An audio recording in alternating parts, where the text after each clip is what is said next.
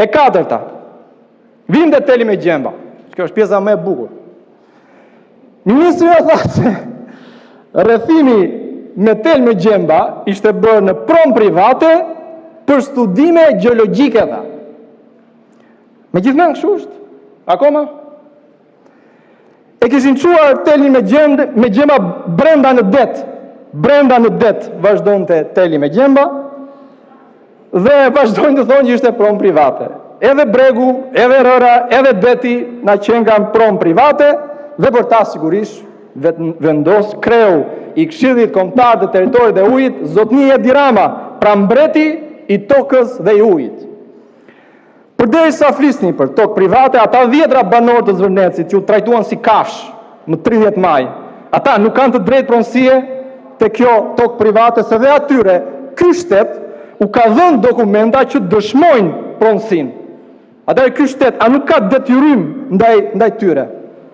Apo ata ta zgjidhin për gjykata ata? Në gjykatat ku kur nuk zgjidhet asgjë.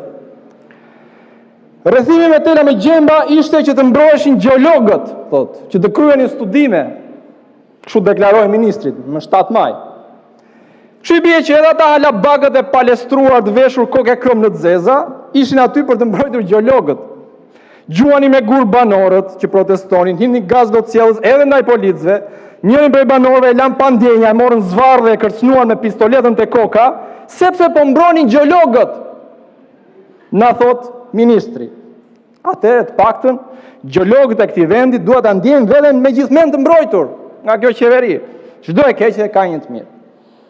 Ato kilometra të tëra rrugë me çakull me zhavor që ushtruan nga fadromat që ditën e parë, ushtruan që të kryeshin studime gjeologjike, na thot ministri. Seriozisht o zoti ministër.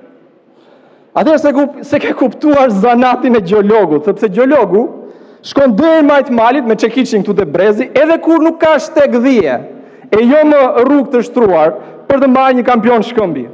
Nuk ka nevojë për autostrada për studime gjeologjike.